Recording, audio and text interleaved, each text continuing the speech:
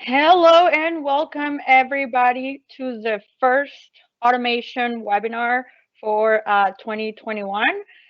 This is Miriam Coladonato. I am the product marketing specialist for networking and security. And today we're gonna actually do a little bit of an exercise with one of our new mGuards and the specific feature of the Firewall Assistant and how easy it is to start setting up or actually implementing a firewall within a network. We're gonna go for about 45 minutes to an hour, depending on the Q&A that we have at the end. The agenda looks like this. We're gonna just kind of take a look or discuss or understand what are the risks nowadays. Um, how can we can start remediating industrial control systems applications with these industrial firewalls. A couple of the steps that even me as a specialist have to do to implement a firewall within an operations technology network. Implement, we're going to be seeing some of the exercises that I normally do, and then we're going to pretty much compare the different ways of implementing a firewall and how easy it is to do it with the Firewall Assistant. We're gonna have the Q&A, some closing statements, and then you guys will be good to go for the rest of your day. With that, let's kind of continue. Um, Everybody can agree that society is hyper connected today. I mean, we're connected to your family, to your coworkers, 24/7, 365, through your phone, through your computer. Talk about emails, talk about social media, talk about Teams, the way we're doing it right now. Now, when you're talking about industrial cybersecurity, we need to kind of reshape how we think about it. When you start talking about cyber risks, a lot of people just start thinking, oh, um, the bad external threat actors that are going to come in and try to, hack my network. But that's kind of like the perception versus the reality. Um, like most of the time you're going to think it's a hacker, like the image on the left, but honestly it could be some type of mistake or unsecure home networks. We have seen how remote work and the other impacts of the global pandemic has affected us. Most of the employees are working from home in the majority of the industrial control systems networks too.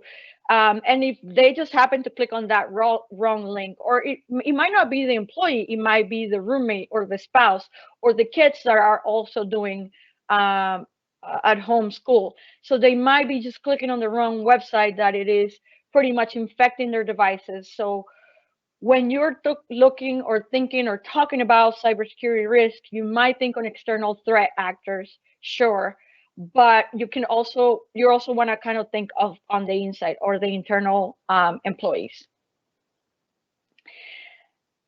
Now, let me tell you a story. The majority of the time, or the biggest risks that happened on 2020, where social engineering through phishing, followed by some type of malware installed on your computer to see what you were doing, and even some ransomware. Ransomware, we all know what ransomware is. It just take all of the files on your computer and encrypts them without they be able to use them. So you as a user will have to pay for it. So if that were to happen, if you have somebody at home and you have a pretty unsecure network, it would be easy enough to just open that file, an unknown file, or open the link of a browser that is a website that is compromised and start downloading malware or some type of ransomware, right? So that's the scenario that we're kind of pitching in as of right now. You don't know what your employees are doing from home with the entire setup of remote connection.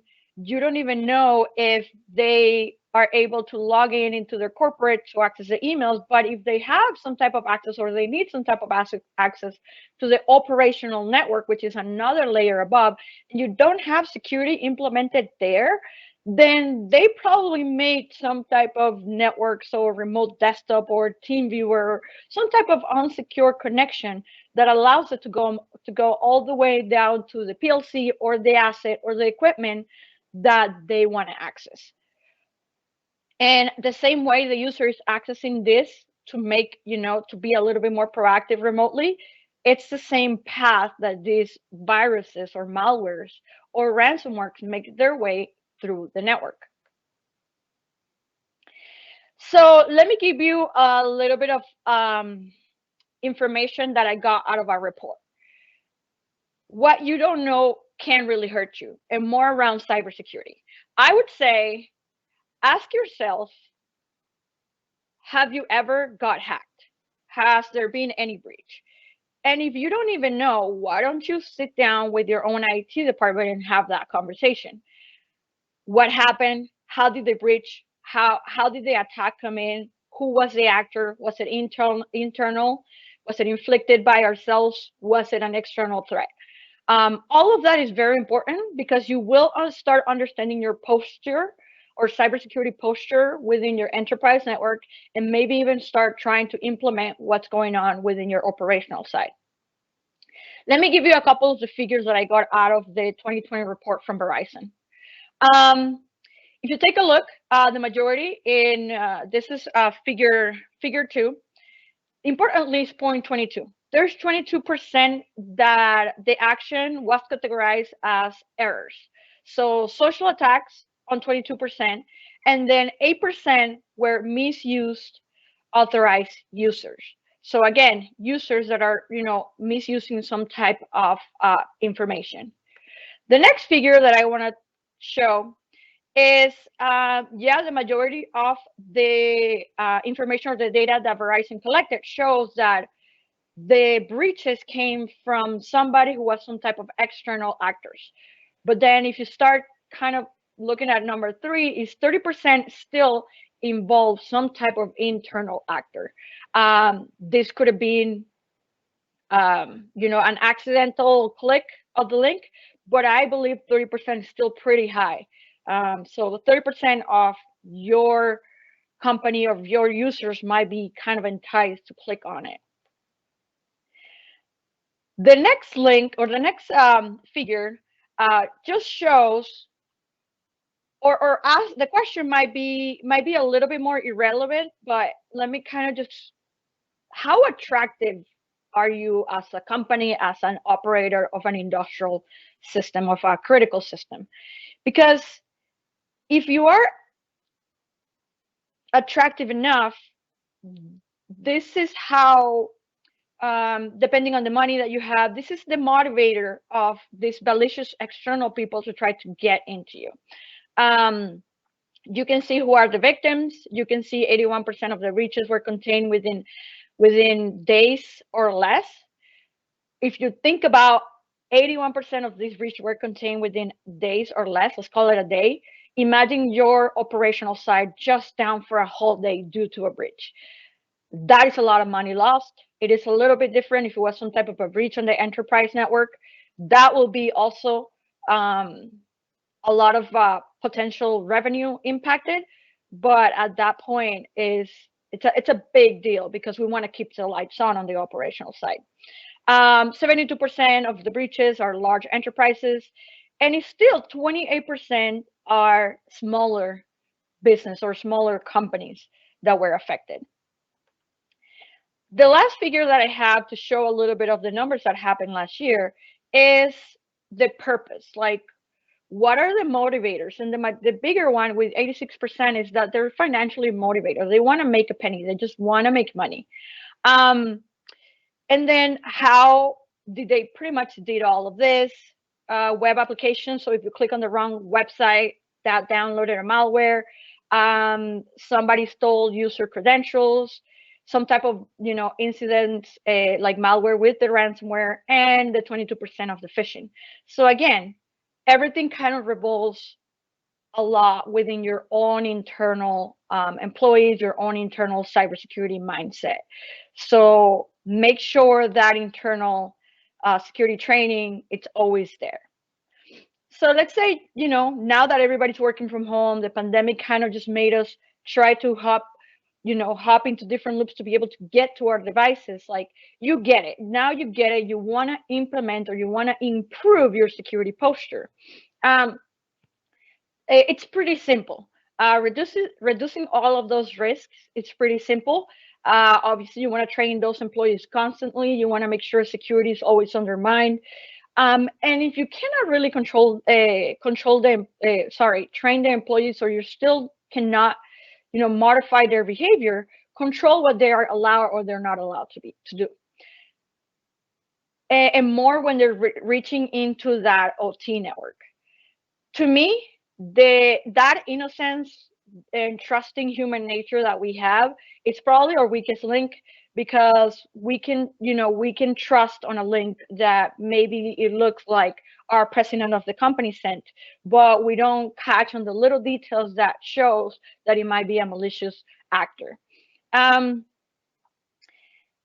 and then everything kind of makes their way into the data or the operational side that way. Now, moving on into the control, what that user cannot do or can do is exactly that. It's just through make sure you're isolating your systems, make sure you protect vulnerable devices and vulnerable applications. And how do you do that? You do it with firewall. It is a primary means of defending your systems. Um, you can have firewalls that are software or firewalls that are hardware. For example, the Windows firewalls that is embedded within the software, or the mGuard industrial firewall that it is a hardware firewall. Um, Within the firewall itself, it's pretty straightforward. You can configure firewall rules that allow or not allow the data or the request to come through. Within that specific packet of data, you want to see, the source and destination, IP address. What are the ports that it's using? If we're going to talk about, operational technology, we can talk about like Modbus. The Modbus port is TCP 502, and the protocol itself that is Modbus. And then, of course, at that end, configure the firewall that the response is matching the reply, to make sure nothing on the other side was also compromised, because the response can also change and it will not match that reply. We all know that the mGuard technology supports stateful packet inspection firewall. We also support on our other devices the packet inspection firewall. But we're not here to talk about the mGuard. We know that we're supported in the majority of the exercises that we're going to be seeing or doing right now. It's going to be, just showing you hands-on. It's going to be on both on RS 4000 device, which is right here, and then on on FL mGuard 1000 series device. So we're going to be kind of taking a look at that, more of a hands-on expertise.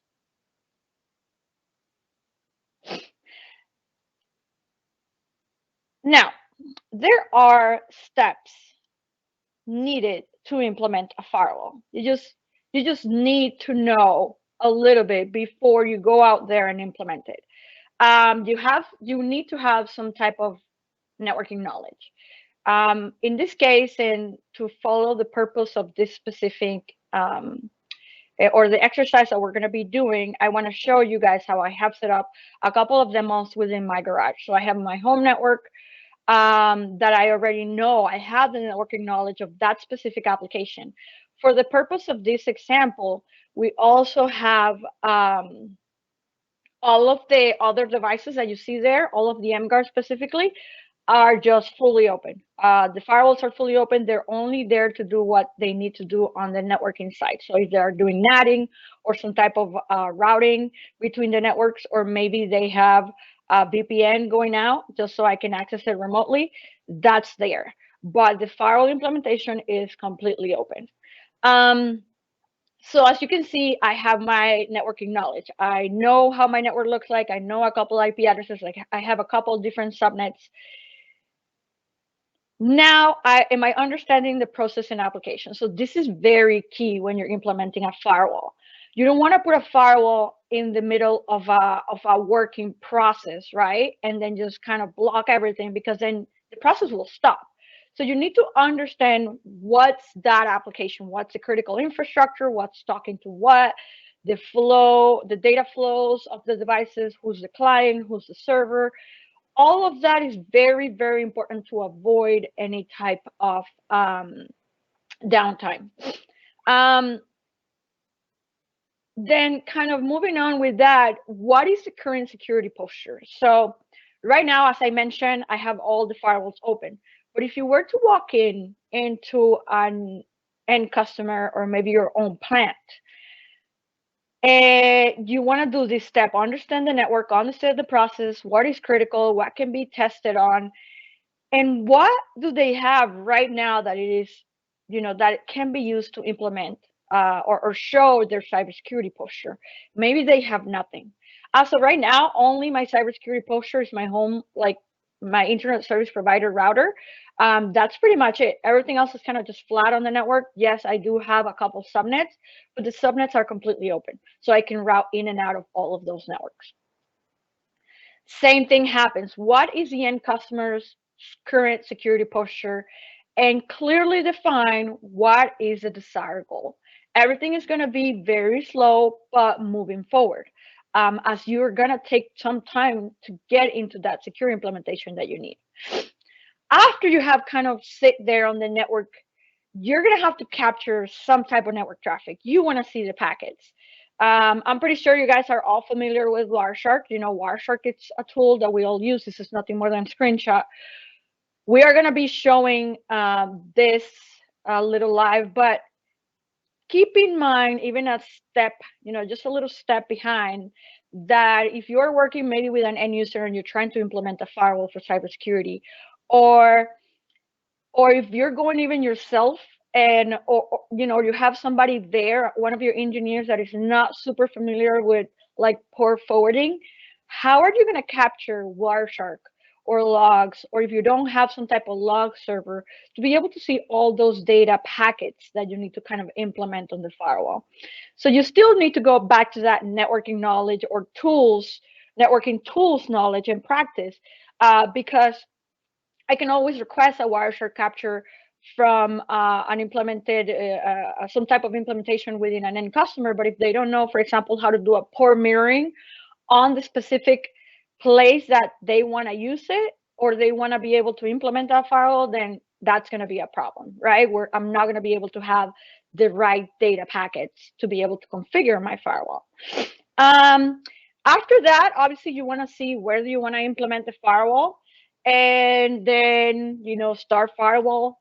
Start writing the firewall configuration, start writing the rules, and then you test and implement. That last step is very, very important.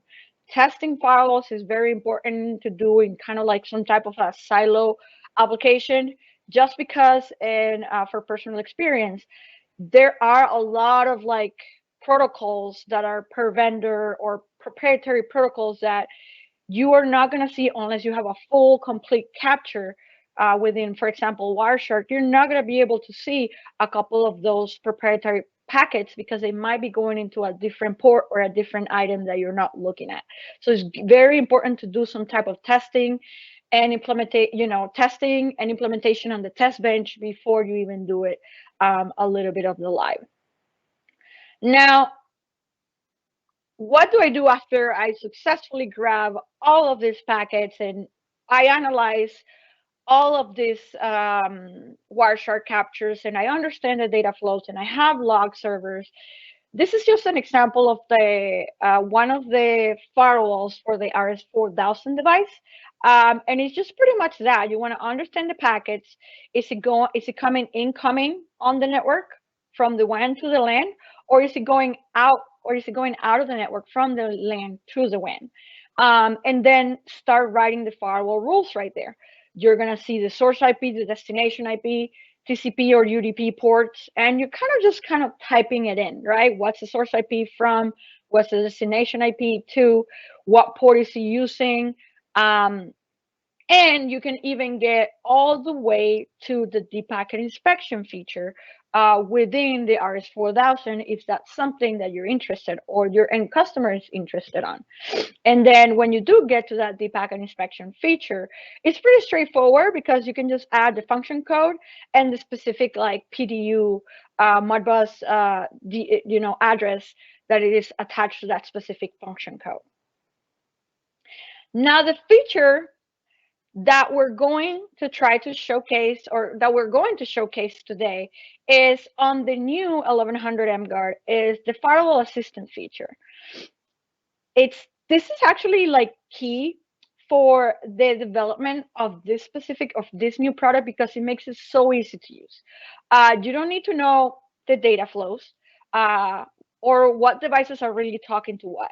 What I do say is you do need to understand, or at least make a decision of where this specific device will go, right? Where, or the specific location of where you want to implement it. Um, the Firewall Assistant feature is meant to, like it says, assist the user, or myself, as you're going to see, to easily create firewall rules. From the recorded traffic, then you're going to kind of go through the interfaces. So if you implement it on a network, you start that capture, and all the packets, the firewall will be fully open, which is a good thing, right? Because the data packets will not be blocked.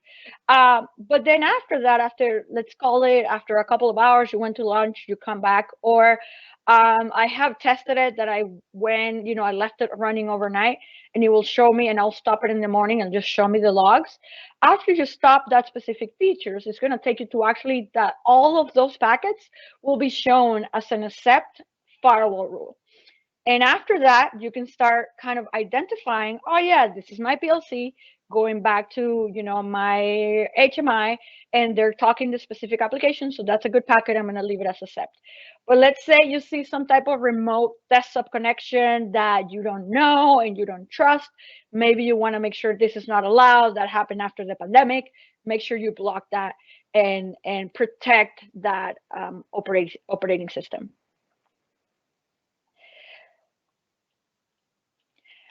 This feature, it's great for commissioning some type of like new equipment, or if you have a network that you want to implement easy firewall and control and show cybersecurity controls that have been implemented really fast. This is a nice feature that you want to do. It would be already reducing risk by easily allowing the user what features or what firewall rules will be allowed in and out, what traffic would be allowed in and out.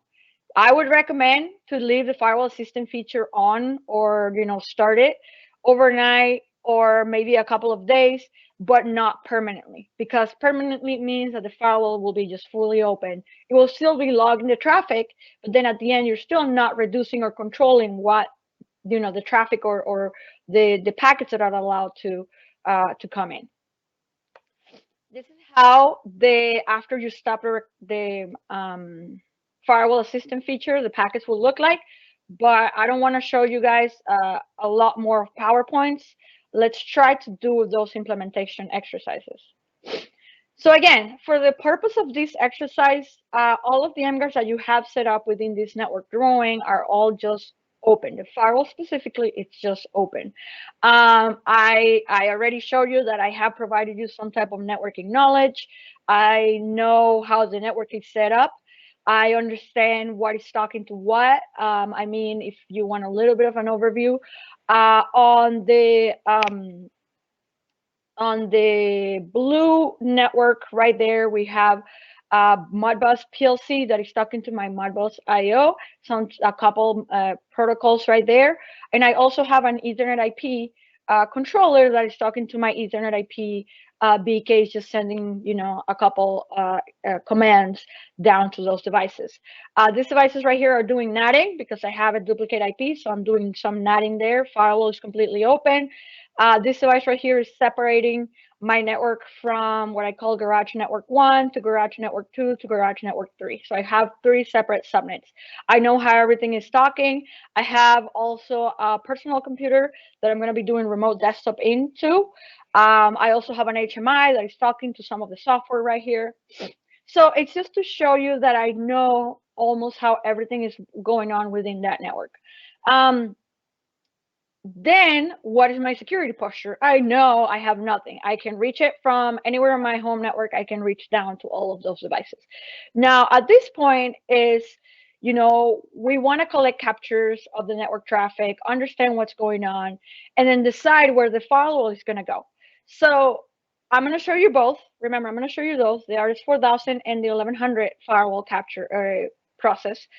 But then I already have the 4,000 in the network, right? I'm just going to show you how to create a couple of firewall rules. But if I were to have a full network that doesn't have any firewalls in it, let's say those mGuards already implemented have the open firewall, where would I want to put the specific 1100 device? This is another question that needs to be answered by the owner of that network.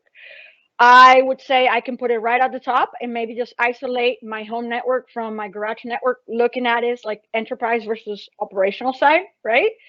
Or maybe I want to protect every network. So I will put one right at the top between my enterprise and then my garage, network, and then continue to move down to the rest of the subnets, giving the full isolation from network to network to network. Or maybe I can even add per my PLCs. I want to make sure my PLCs are protected because those are the guys or the brain of the operation. They are running my process. I would also recommend to think about operating systems. Remember, operating systems are the probably the most vulnerable device that you have within your network. And specifically that because it's probably running some type of legacy Windows. So with that, let me stop sharing the slides and we're going to go on to the hands-on portion.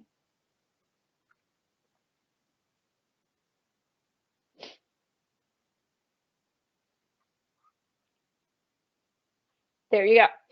So as you can see, I show you a couple of the networks that I already know can log in. I have an mGuard 4,000 right here. Let's say it's already being ready to implement. And I have another mGuard, which is the 1100 device. Let me refresh that, and then I'm going to log in.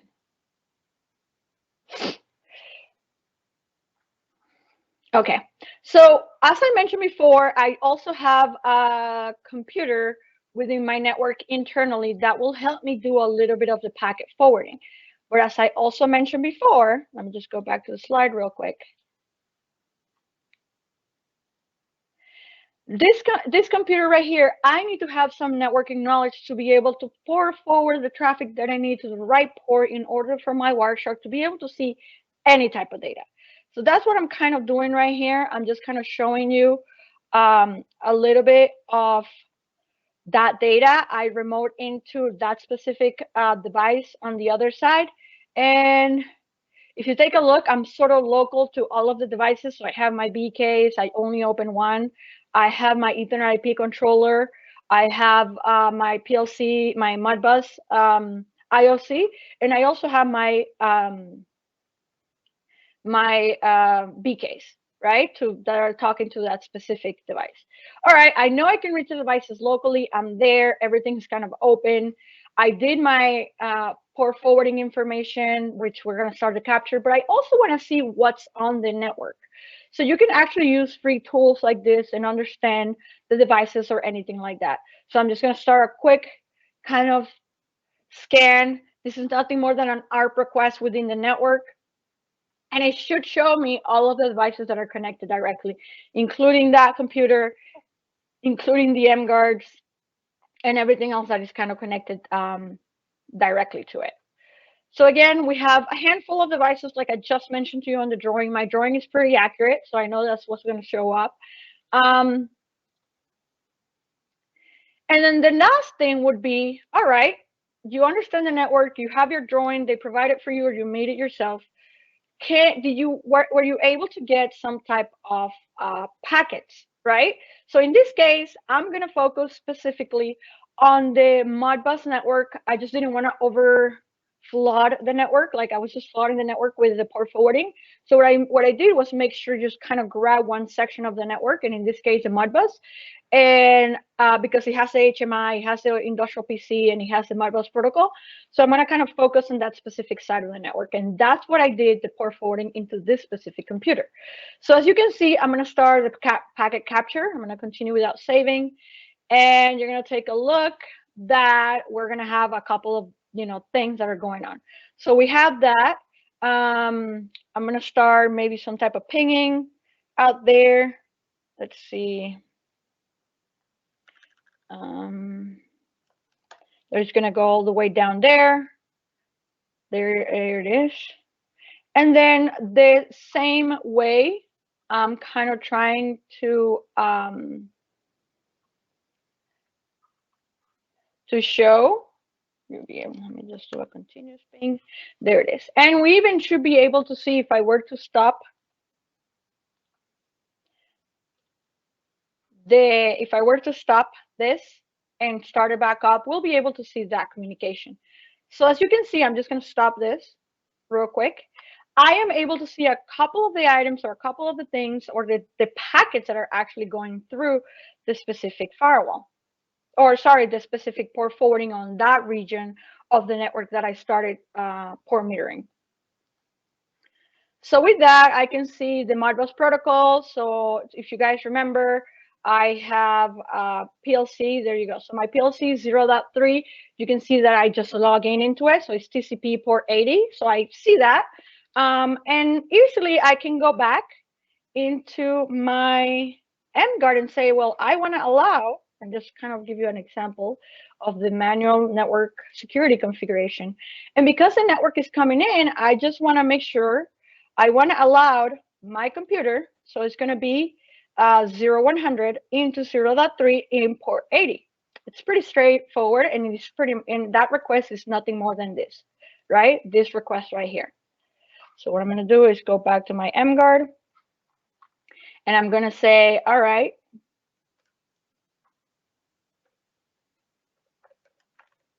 and that's going to be that on only that device into 192.168.0.3 only to that device. And the other thing that I make sure I want to allow is only TCP port 80. Just keep in mind that you can use either port 80 or the name of the port, HTTP or HTTPS. The mGuard does not care. So that's kind of like the example. Same thing would happen if you want to go one step further. So for example, I'm going to add one more rule. Go back to my screen, show you, let's see the Modbus. So we have the specific devices talking Modbus. And inside of the devices, you'll be able to see within the specific Modbus protocol. So let's just put an example here. Within the specific Modbus protocol, you can see how in the 4000 you're going to find the function code right here, function code 16, and the specific reference number. So at that point, you can come out here. Let me grab the other screen into. Oh, I have the wrong mGuard plugged in, I guess. All right, the deep packet inspection would be, let me see if I just show you on the right mGuard. There it is. Sorry about that, I just grabbed the wrong device.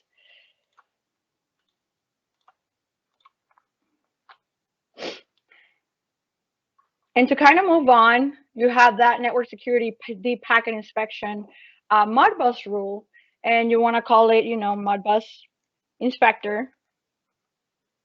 Edit that, and then you just add manually that function code.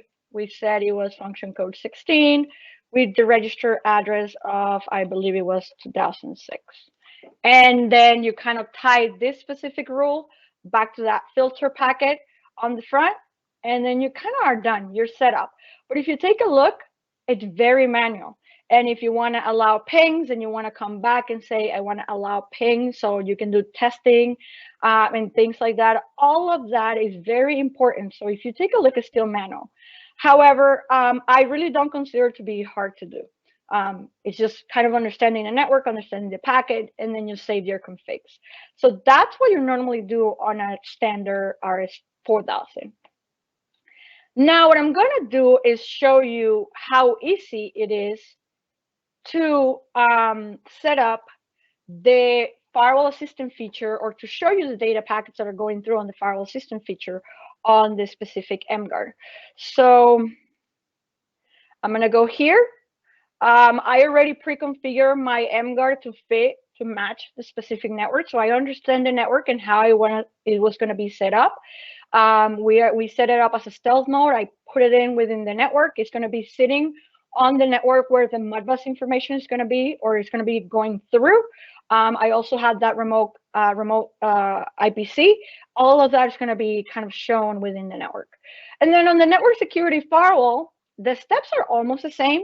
You can come in here and just keep adding rows and rows and rows of configuration manually. However, we're not here to take a look at this. So what I'm going to do is delete all of the rules real quick. We're going to click on save.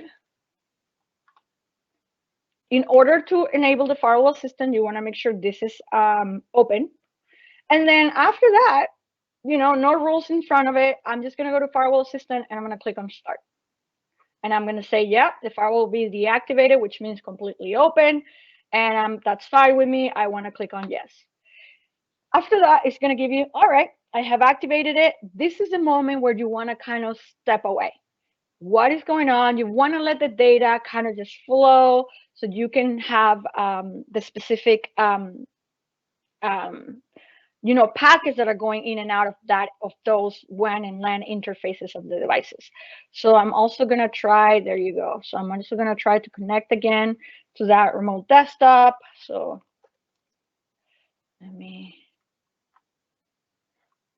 so we can kind of generate additional traffic. So the other one.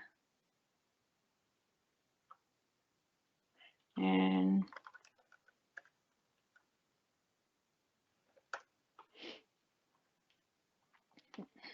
okay. Just taking a moment.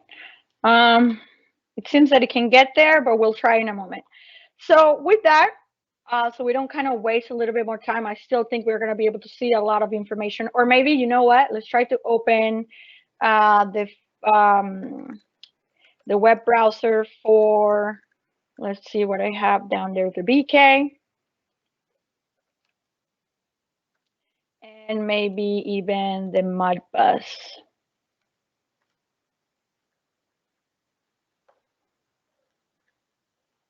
I believe it's 7.3. There it is. So I'm just kind of creating data from this local home PC that is going all the way down.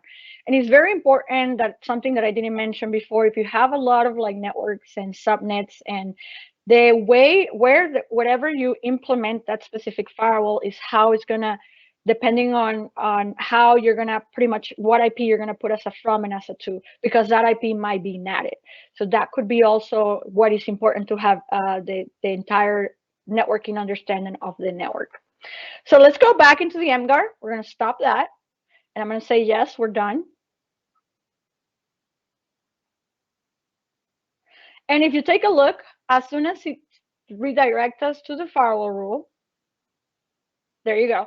We are going to be seeing everything that firewall saw on that minute or minute and a half, or whatever you want to call it, that time frame.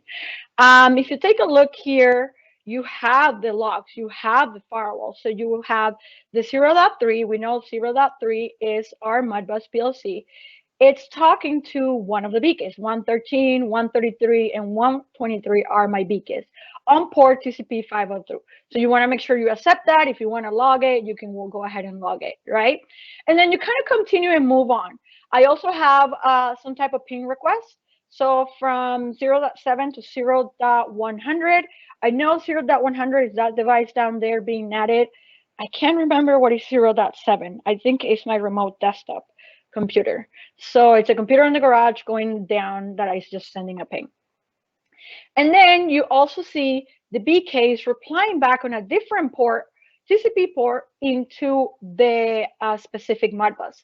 Again, honestly, I'm not familiar with this specific port, 1219, but as I mentioned in the example before, this can be proprietary protocols that, for example, a Finished Contact Devices uses to make sure some communication is happening. Additional to that, if you remember, we created this is my, okay, so this is the computer that I have going into the 80. So this is the specific web browser that I open from here all the way down to that Modbus device. I also open it to 0.7. This 59, this is it. So if you take a look, even though that it didn't work at that moment, I also tried to do the remote desktop all the way to the HMI or the industrial PC down. And this is what it's showing me right here. And that's exactly what you want to start looking at. I want to make sure this is dropped, because if it's not me, if it's somebody else trying to make sure that communication is there, just drop that virtual or remote desktop connection. You can make sure that's fully blocked. Or if you have like open vulnerable ports like NetBIOS and things like that, you can still kind of come in here and add those individual rules and make sure you block them. But this is how easy it makes. Like, it will pretty much takes away the steps of the gathering the data through like a port mirroring and the analyzing the data through a Wireshark capture. So it takes that away. So it saves a little bit of time, makes it a little bit easier to just grab, sit here, and try to make the decisions on depending on the IP, depending on those devices. Additionally, you might be able to see, the computer, the industrial PC trying to go out to some type of internet network. Nope, I'm not going to allow anything on that. So I'm just going to drop that device to try to go to any, website or anything else that is trying to get out to the internet. Things like that, it makes it very easy if you do have the devices, you do have the IP addresses, but you don't know the data flow or you don't have anybody on the remote site. Send it out, make sure it fits on the network. They have to install it, and then just turn on the firewall, the nice firewall feature. This is pretty much it. As I said, it's very nice, it's very easy. It saves a lot of time from a standard firewall configuration. And because operational network sometimes sends data in and out that might not work, we do have that next step, which is a firewall test mode. This is the feature that you do want to enable open. So of course, at this point, it's going to ask me to save the config. I'm going to save that config, and then we can enable firewall test mode. And then firewall test mode is that configuration that you do want to have enabled. Is you can have it enabled for a long time, a month or longer than that. But you can have that firewall test mode enabled, and what it's going to do is follow the rules that you have implemented, specifically the drops. Make sure the things that you don't want there will not be there. And as soon as you kind of enable this, you're going to start seeing a second right here, mode and alarms. So if there is new data, for example, the industrial PC is sending the data up to a historian because it's industrial data that needs to be back into some type of extranet database, then there you go. This is where you start seeing those new test mode alarms or new data that is going through. And then after that, you can make a decision. It's going to look almost the same way. You can make a decision to either add it to the firewall rules and do something with that or not. So with that, I'm going to go back real quick into the presentations because we're going to close. We're very close to the 45-minute time frame. And I just have a couple comments to close this webinar.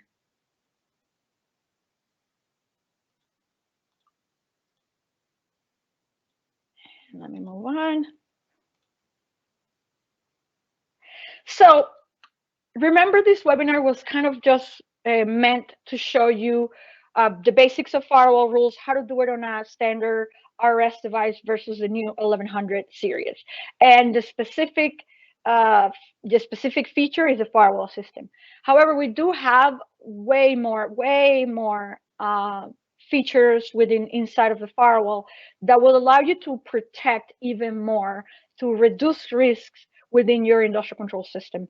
DNS-based filtering, user role-based firewall. So depending on the user logging in, you'll have a set of firewall rules.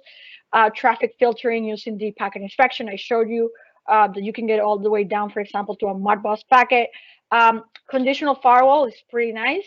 You can have a contact closure that enables or disables a sets of firewall rules. And keep in mind that all of our firewalls work almost like any other IT firewall. And it's like we do have some type of central management tool we call the MDM. And we interoperate. If you remember me showing you all the checkbox of the logs, we can grab those logs and send it to some type of SIEM or monitoring protocol or platform for more vulnerability management and data threat analysis and all of that. And we also have features on the more advanced RS devices to do some type of operating system protection at the file level. Now, some of the comments that I want to put out there for my closing is security, it's perceived as a little inconvenient because it is. It is inconvenient. It's an additional step you have to do to make sure things, or ports are not open, or the right ports are open to the right people or the right applications. But you just still have to put some time and resources into implementing some type of cybersecurity for your operational networks. The mGuard firewalls are not complex. I just show you how to configure them within a couple of minutes. However, the rest of the tasks that you have to do to fully, properly, and appropriately configure without any type of issues, it's where probably you're gonna find your your key for success, right? You have to do all that homework. And of course, the new Firewall Assistant feature is what simplifies all of that. It saves time because it automatically detects and logs all that data, and then the user just kind of selects and choose what is the desired action. Keep in mind, before we jump into the Q&A, if there is any questions, positive security results need some type of effective planning and implementation. Because it will improve security, increase resiliency, and decrease the attractiveness within the network. So with that, this is all the information that I have for you guys. Thank you again for attending my webinar. And I'm just going to check if there is any Q&A that kind of came through. And it does not seem that we have any questions or no new questions coming in. So with that, guys, again, thank you for spending the time with me. Follow me on LinkedIn for more information. And I hope you guys come back next week for our next 2021 automation webinar. See you.